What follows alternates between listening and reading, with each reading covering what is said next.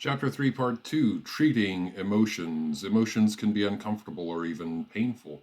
In a film called Ordinary People, Dr. Berger, played by a brilliantly cast Judd Hirsch, advises his patient, little advice about feelings, kiddo. Don't expect it always to tickle. Anxiety can drive us to action or paralyze us, make us pace when we need rest, make us run away when the best thing to do is confront a problem. Depression and loneliness actually hurt, activating the area of the brain that works on physical pain. Anger makes our hearts pound, can push us into actions we will regret later, can even damage our relationships with our hearts, literally. Unacceptable expression of emotions can disrupt our lives. They can get us fired, ruin our marriages, alienate our alienate our friends and children and families. Then these deteriorating life conditions can cause more emotions that are uncomfortable: shame, anxiety, depression, loneliness. What, if anything, can or should we do about the feelings that make us uncomfortable or get us into trouble? Part of raising children, for better or worse, is about teaching our children to modulate their emotions, soothe their selves, and express their emotions in socially sanctioned ways. They will learn how and when to do these things, whether or not we teach them, making it especially important that we take responsibility for this activity. That means teaching on purpose rather than on accident. If the parents express anger as bitterness and recrimination, argue by blaming and threatening, then how can we expect the child to learn about anger? They will almost certainly continue these styles of anger into their own adult lives and relationships. For adults, the question is more complex. People behave statistically, meaning in broadly predictable ways. They are influenced by culture and history and determinism, but a person is thought to be responsible for their behavior by the court system, for example, and by people judging them in other ways. What to do about uncomfortable feelings becomes a personal choice. We might choose to continue to act them out the way we always have and be content with the results. We might choose not to acknowledge the way our actions affect others, blame others for their reactions to us. We might try to change the actions themselves, express the feelings in a different way, or we might choose to change the feelings. In the field of therapy, this has long been a central part of our methods. Therapy seems expensive. It really can be quite costly if one sees a boutique therapist with a higher than market rate fee justified by an arcane specialty who insists on very long term therapy and very frequent meetings, more than once a week for more than an hour. Final accountings for such treatments might exceed $80,000. More realistically, though, therapy is a once a week endeavor costing between whatever the copay is for insured clients up to about $140, with most out of pocket payments less than that amount. Furthermore, therapy tends to be very cost effective, meaning results tend to be high and the consumer is generally quite satisfied with their purchase. There's nothing we can spend our money on that makes us happier dollar for dollar than therapy. That's a 2009 Consumer Reports article, I think. But in this general environment of effectiveness, there will always be profiteers. Some practitioners think that their expertise entitles them to higher fees, for example. Some others would prefer to be the only kind of therapist available and have spent the last 50 years or so manipulating not only the data but science itself to prove it. This particular kind of short term problem and solution focused therapy is very popular with insurance providers because it limits cost by limiting attendance. The data do not suggest these therapies are actually superior or in the long run more cost effective, but they do seem to increase profits for insurance companies by limiting expenditures on psychotherapy. However, over the long term, psychotherapy might well be cheaper than medication, particularly when no generic medications available, and particularly considering the low efficacy rates of medications. In these sorts of therapy, the emotion is taken to be the problem, and the purpose of therapy is to eliminate the emotion. Let's say I report my problem as anxiety. The therapist might ask me how high I'd rate my anxiety on a scale of 1 to 10, with 10 being the worst it could possibly be. At various times through the day, my task is to rate that anxiety. The average measurement becomes my baseline. And the purpose of therapy is to reduce that average number to an acceptable level. We might use all sorts of measurement that mean essentially the same thing. The feeling is the problem, and we attack the problem until it is defeated. As noted before, this can be done with drugs, at least in the short term. This might just be trading one problem for another in the long term. Anxiety for a drug habit and all the side effects that go with drugs, plus a return to anxiety as the drugs lose whatever effectiveness they had. It can also be done with therapy. We use coping skills and cognitive retraining to make the anxiety go away. We teach the patient to be very careful about what they think, to replace bad thoughts with good thoughts, pessimism with optimism, assumptions with data. The patient learns to think of the emotion as a consequence of their erroneous thinking, and as such, under their control. It is both their fault and their responsibility. Once the anxiety or whatever other emotion is under control, meaning the average daily measurement is below a pre-selected number, the person is discharged from therapy. They might return for a tune-up periodically, but have been given a clean bill of health. Insiders probably suspect I'm picking on cognitive behavioral therapy here, but that's not the case. Not all CBTs have as their goal the annihilation of emotions, and plenty of other therapies get to the same place by different methods. Eye movement desensitizing therapy, or EMDR, has a nearly fanatical following and really is largely about eliminating emotions. Many psychodynamic interventions work to send away problem feelings. Indeed, any practice can have annihilation of feelings or a feeling as their goal, and this can even seem healthy. For example, eliminating shame. And in many cases, it would be difficult to come up with an argument that this is unhealthy or undesirable. I will contend here, however, that emotions are not events that happen to us and are not sicknesses to be cured. They are a part of us, as much the person as the thoughts and words we identify as ourselves. These kinds of therapy seem to me to be good in as much as they teach us to tolerate the feelings we have and then proceed to deeper work if it is called for. They seem not so good in as much as they teach us to self annihilate.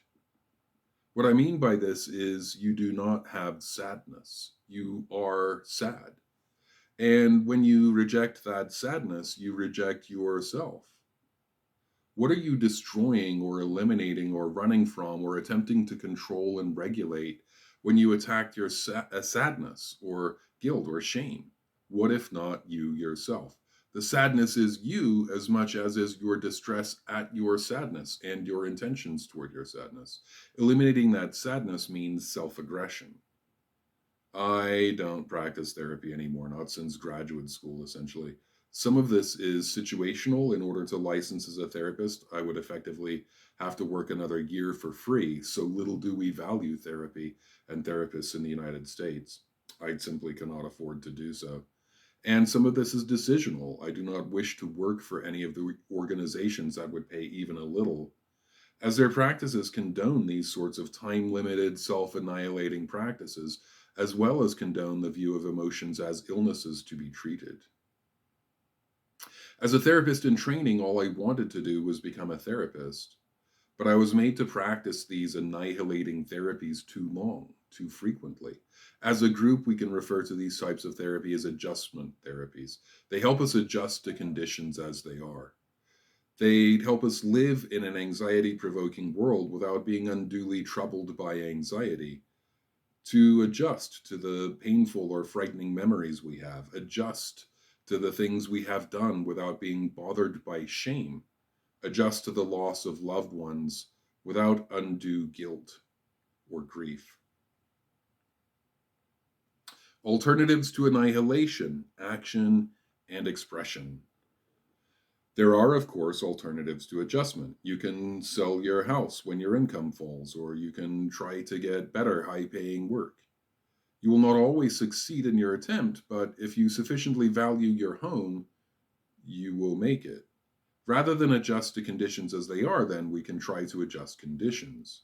If there's a stack of bills making one anxious, the best way to defray that anxiety is probably to pay the bills. If the money's not available, then the best thing to do is probably call all one's creditors and make arrangements as best we can, and so on. Maybe some future encounter is making us nervous, in which case, only concluding the encounter can really effectively and forever still the anxiety. The best thing to do is brave the short term disharmony to achieve the long term disharmony. Annihilating the emotion removes that which drives us to get done what is driving the anxiety.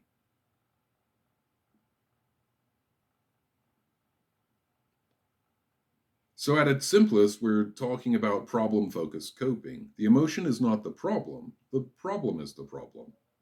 For smallish problems, those problems can be affected by individual action. This is a reasonable and seemly course. Pay the bills or face up to the inability to pay them.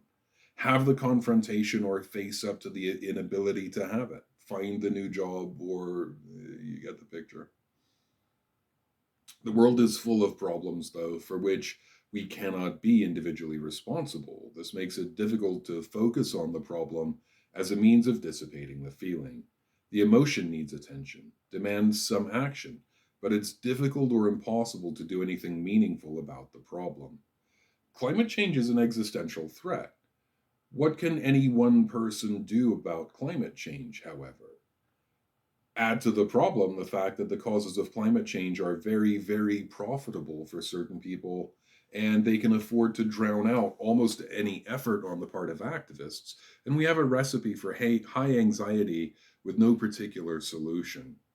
Despair is an appropriate response to such problems. I will have more to say about despair as a helpful emotion in the next chapter. There are other possible responses. Some people try to motivate mass activism with limited success. A general sense of apathy, as well as a lack of immediate plan from this catastrophe in progress, make mass activism a tricky proposition. Additionally, it is hard to convince people to experience pain in the present to prevent pain in the future. We all have to look out for our jobs, even though those jobs pay poverty wages and are deeply unsatisfying. Who can afford to march? And who can afford to risk being fired in order to protest? Others choose to pretend there is no problem. No climate change, no anxiety. We can instead experience anger at climate change hoaxers ruining our peace of mind. The news is perfectly willing to help us manufacture outrage, transforming our nebulous anxiety into righteous anger. Anger is easier to cope with and channel. We can yell at the television and feel better. In fact, a certain segment of the news is dedicated to telling us big problems don't exist, like racism, sexism, wealth inequality, and climate change.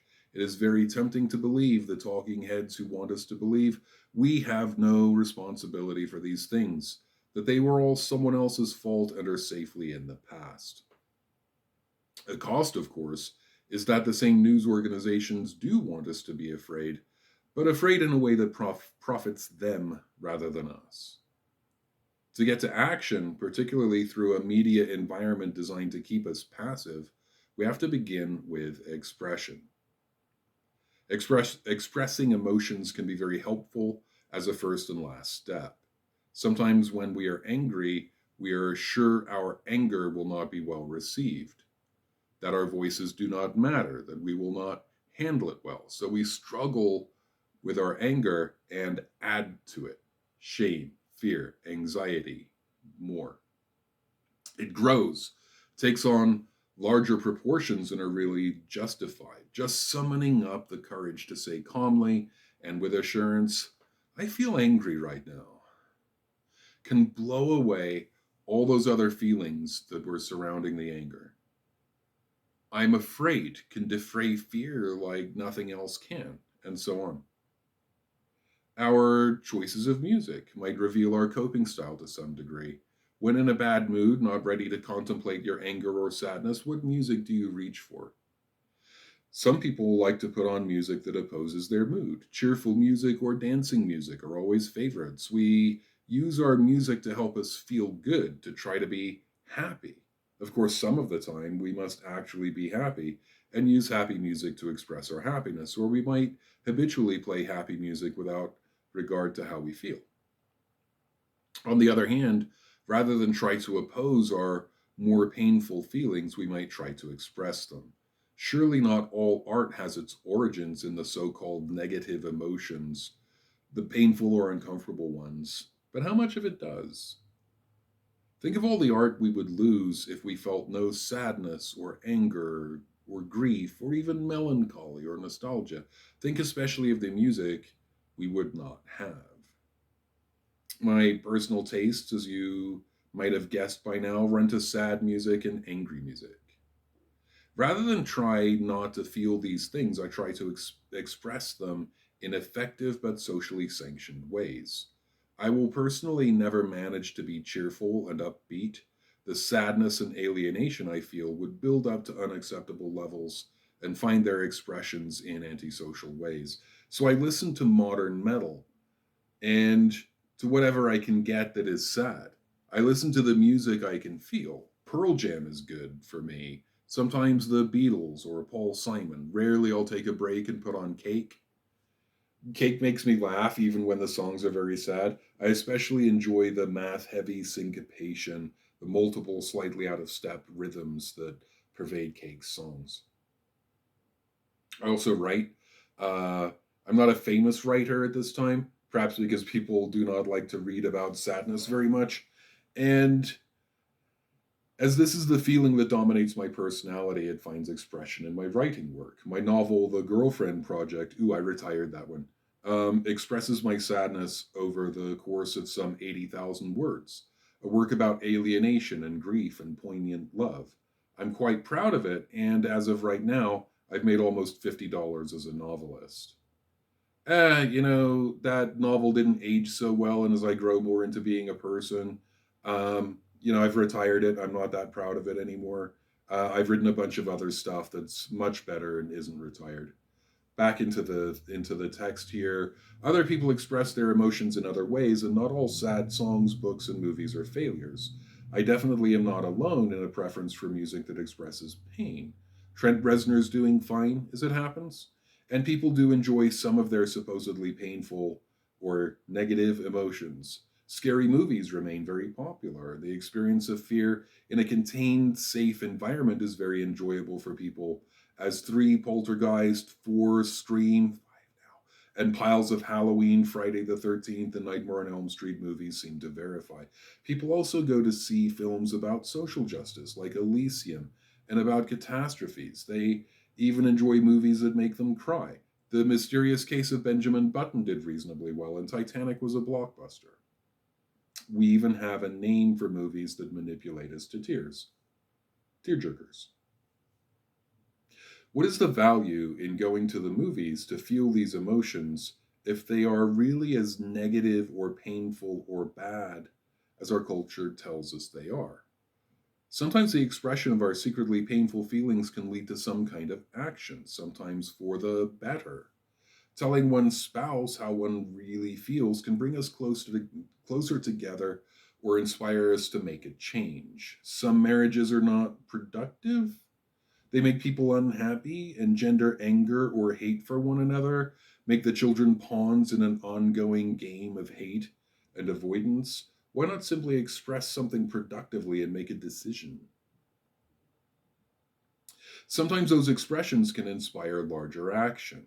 Riots would be a problematic example. Anger is contagious, and the mob mentality is a real phenomenon, but also consider the civil rights movements of the 1960s in the US, and the George Floyd protests that came well after this writing. A few young men expressed their anger by sitting at a whites only lunch counter. This was one of the sparks that would set the American South on fire. Counter protests came to try to intimidate and even hurt these young men, and counter protesters came to show solidarity. Woolworths eventually reversed their policy, and when they desegregated their lunch counter, It was among the first in a series of victories for civil rights. Similar protesters sprang up all over the South. There was a march on Selma that turned violent. Police resistance escalated, and some of the marchers were hurt, arrested, imprisoned. Anger at this incident increased the size of the march by a factor of about 10. A march that would have accomplished nothing had it been simply ignored grew into a mass movement that changed the United States forever. A few hundred marchers became 25,000.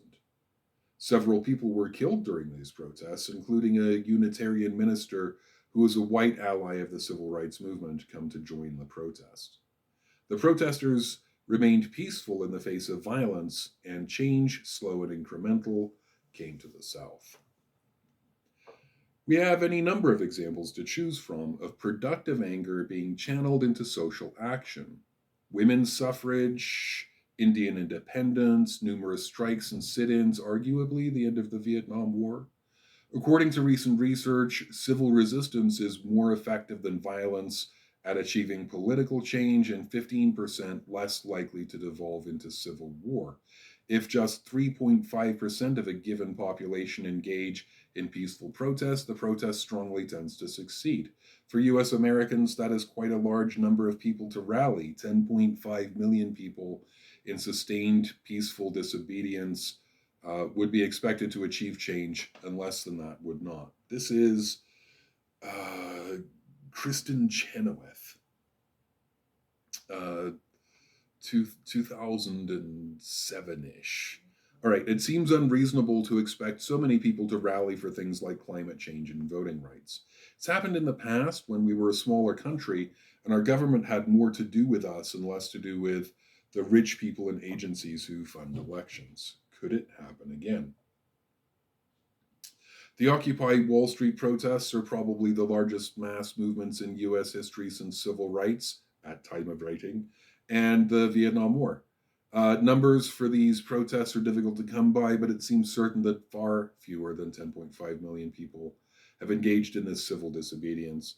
More than 200,000 showed at a recent climate change protest march in Washington, D.C., less than 5% of that magic number, and they all went home when the march was over. Similarly, Black Lives Matter and various marches since the inauguration of Donald Trump post locally impressive numbers, but nothing like the needed 3.5%, and without the staying power suggested by the studies. Without expressing our discontent, provided we feel it to begin with, we cannot hope to spur mass movements toward meaningful change. Whether at the individual level, the family level, in our employment or careers, or in politics and world affairs, the ability to feel and express our emotions is crucial. Our emotions may be effectively meaningless without expression of some form. What good is it to help people adjust to a world full of sickness and injustice? We could certainly take pills to help us ignore wealth inequality, climate change, pollution, racism, and sexism. To go through life not feeling bad about injustice. But in the end, would this not reflect social control coming from the people who profit from all these various injustices? People only rebel when things get very bad. All the pills we are taking make things seem artificially not as bad. Now, here's a difficult assertion because data are just not available. I strongly suspect our approach to emotional pain, of treating the pain rather than the causes of pain, is making the world a worse place.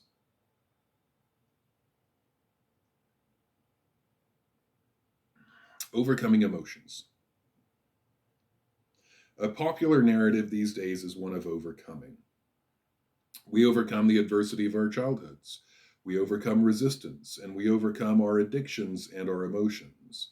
Might we overcome grief to live a good life, overcome anger to make peace? When bad things happen to us, and no life is free of pain, it is tempting to wish to forget the incidents.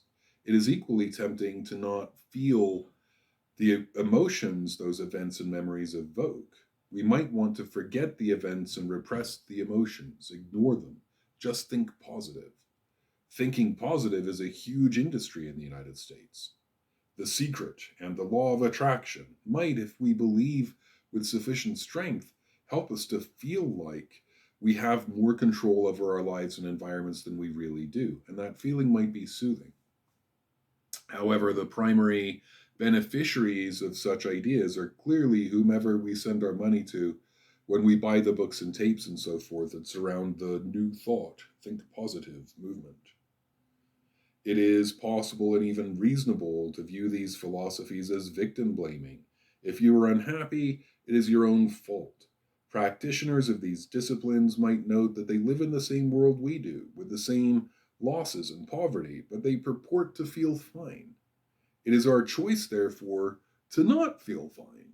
Blaming the victim is a popular American pastime. Blaming rape victims for being raped, the poor for poverty, racial minorities for racism, and now sad people for their sadness. Even if sadness were really a choice, can we state conclusively that it is the wrong choice? Again, there is not one thing wrong with being happy, particularly if you are authentically, genuinely happy. Nor is there anything wrong with being free of pain. The point here is that issues might begin to arise if we pretend to be free of pain or act happy when we genuinely are not. Sometimes the path to happiness is available only after we have successfully navigated sadness and anger. It would be very difficult to continue this train of thought without mentioning Stephen Diamond. In psychology, we all hope to have a good idea that makes us famous so we can spend the rest of our lives expanding on that idea and having a comfortable career. Diamond's work is such that he never really needed that one good idea and nevertheless had several of them. The pertinent one here is the daemonic. The daemonic is a thought or a feeling that we get so good at ignoring that we think it's gone away. It then sort of takes over our personalities, our actions, precisely because we deny it exists. A person angrily shouting that they are not angry is sort of a beginner level description of the daemonic. A better modern example might be racism. We're all so busy denying that racism is alive and well in the United States that our behavior grows ever more racist. Objective studies prove that people are more likely to subconsciously associate negative than positive words to people of color and associate more positive than negative words to Caucasian people. We also know the effect grows in strength the more the test subject denies being a racist. A large number of studies have been conducted at this time and are summarized by the excellent Kirwan Institute report. One of our major news organizations spends a lot of time and therefore money insisting that the only racism going on right now is reverse racism.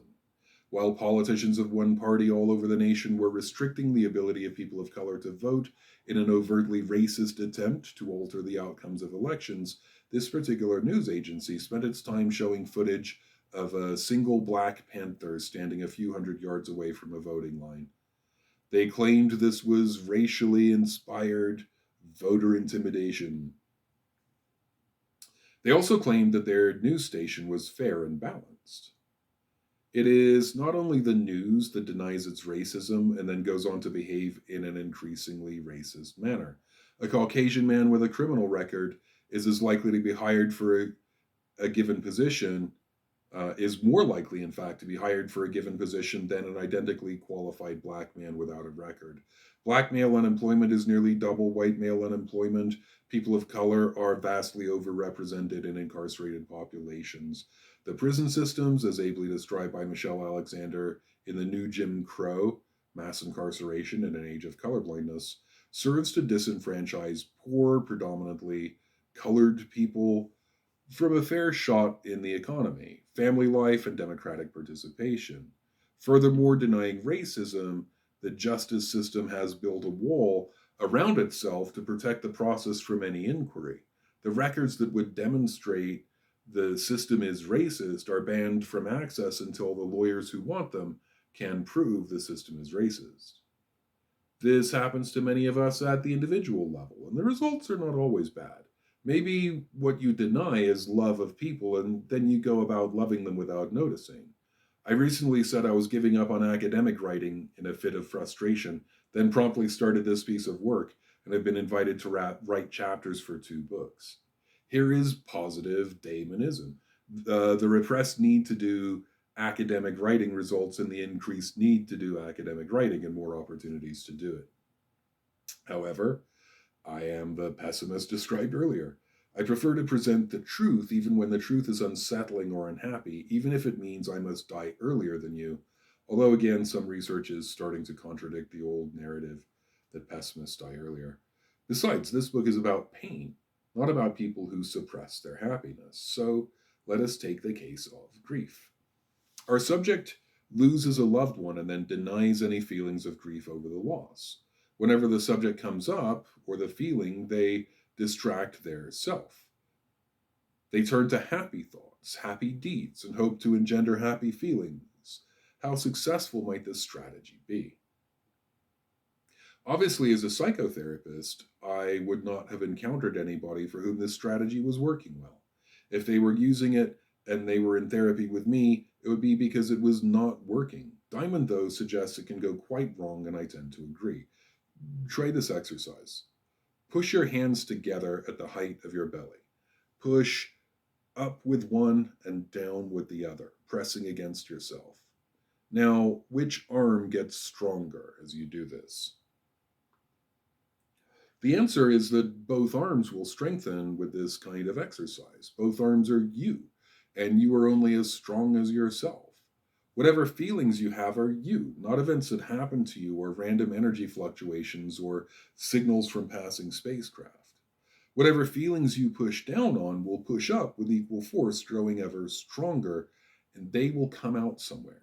And just like the fillings in an overloaded peanut butter and jelly sandwich, that can be messy.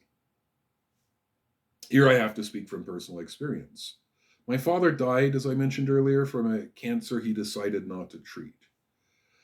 At the time, I was new to the United States. While a citizen by birth, I had been away for all but 4 years until the age of 18. Dad brought me back home after his marriage to my mother failed. Then he promptly started to die from cancer.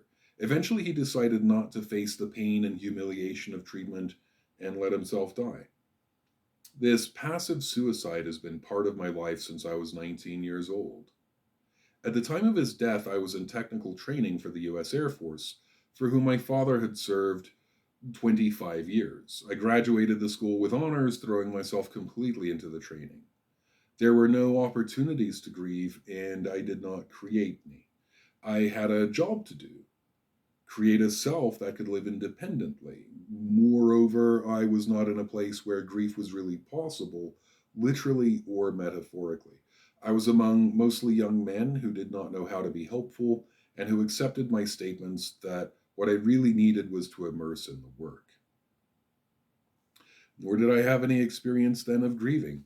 Our habit in my family was to turn away from pain, run away from it, and we were good at that. The military lifestyle made it easy. Every few years, we had to abandon all our relationships, move to a new place, optimistic about new friends and new outcomes. So it was easy to run away from my dead father, optimistic about a new future. Remember also that I was a young man who experienced autism. I was not at all accustomed to displays of emotion, totally uncertain about the rules of such things. Additionally, making connections was not natural. I was, and have always been, alienated, an outsider. The grief I refused to feel squeezed itself into every aspect of my life. I was socially awkward, but even had I not been, I would doubtless have done whatever I could to keep people at arm's length. When people have seen through my austere exterior enough to enjoy my company, I have never been able to believe their statements of love or friendship. I've always assumed I am merely being used for something. Probably not coincidentally, even now I have a few friends, and fewer still, who ask for my company except when they need something from me. Advice, or a job done, or something written, a hole filled in a schedule, help with a paper, or a resume. People respect my intelligence, and that flatters me. It makes me feel good. When my friends don't know something, they assume I probably do, and they're right more often than not. My wife says she loves me, and I try to believe her, but I really cannot see why somebody would. I certainly cannot prove all this damage has been done by repressing grief. or that this might be an average effect in a population. What I can say is that graduate school changed my life. There's no therapy like training to be a therapist. Graduate school was the first time in my life that I was respected rather than alienated for my intelligence and clarity of thought and even pedantry, because when answering test questions, pedantry is an asset rather than a liability. Here I made lifelong friends who were good examples of how to be a man with emotions, or else were women who were good examples of how to be a man with emotions. In short, they were my first experience of people it was safe to open up to.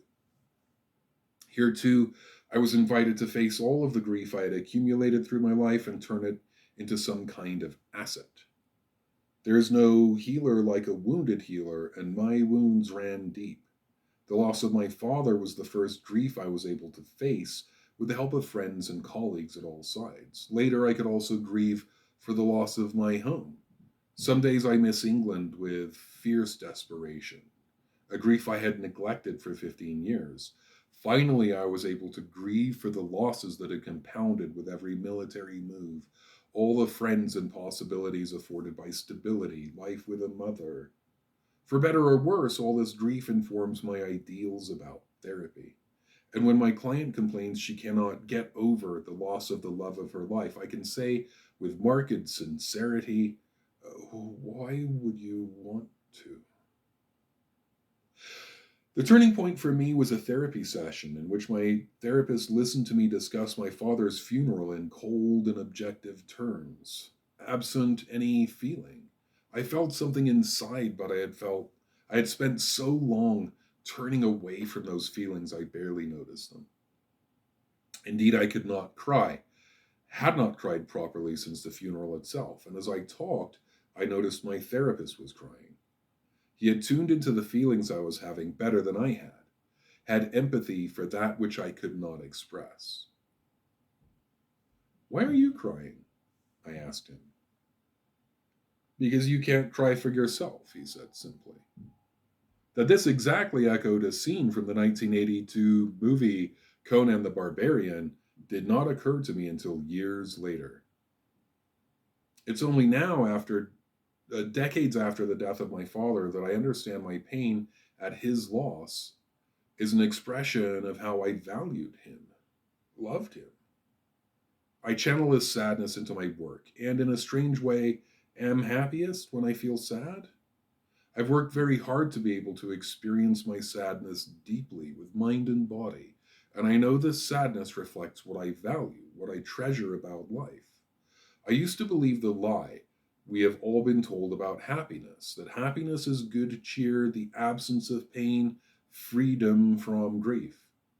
It was the tears of my therapist that made this possible.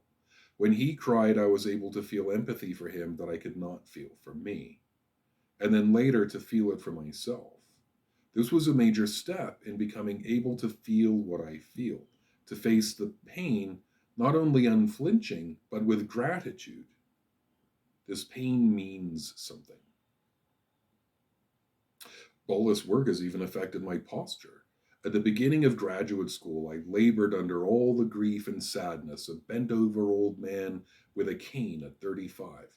The weight of emotions was carried as if I were a donkey under a comically large bundle of sticks. But now those sticks are me. There is no weight to bear. For some of us, happiness is the experience of poignancy, the knowledge that love matters, and therefore that we matter.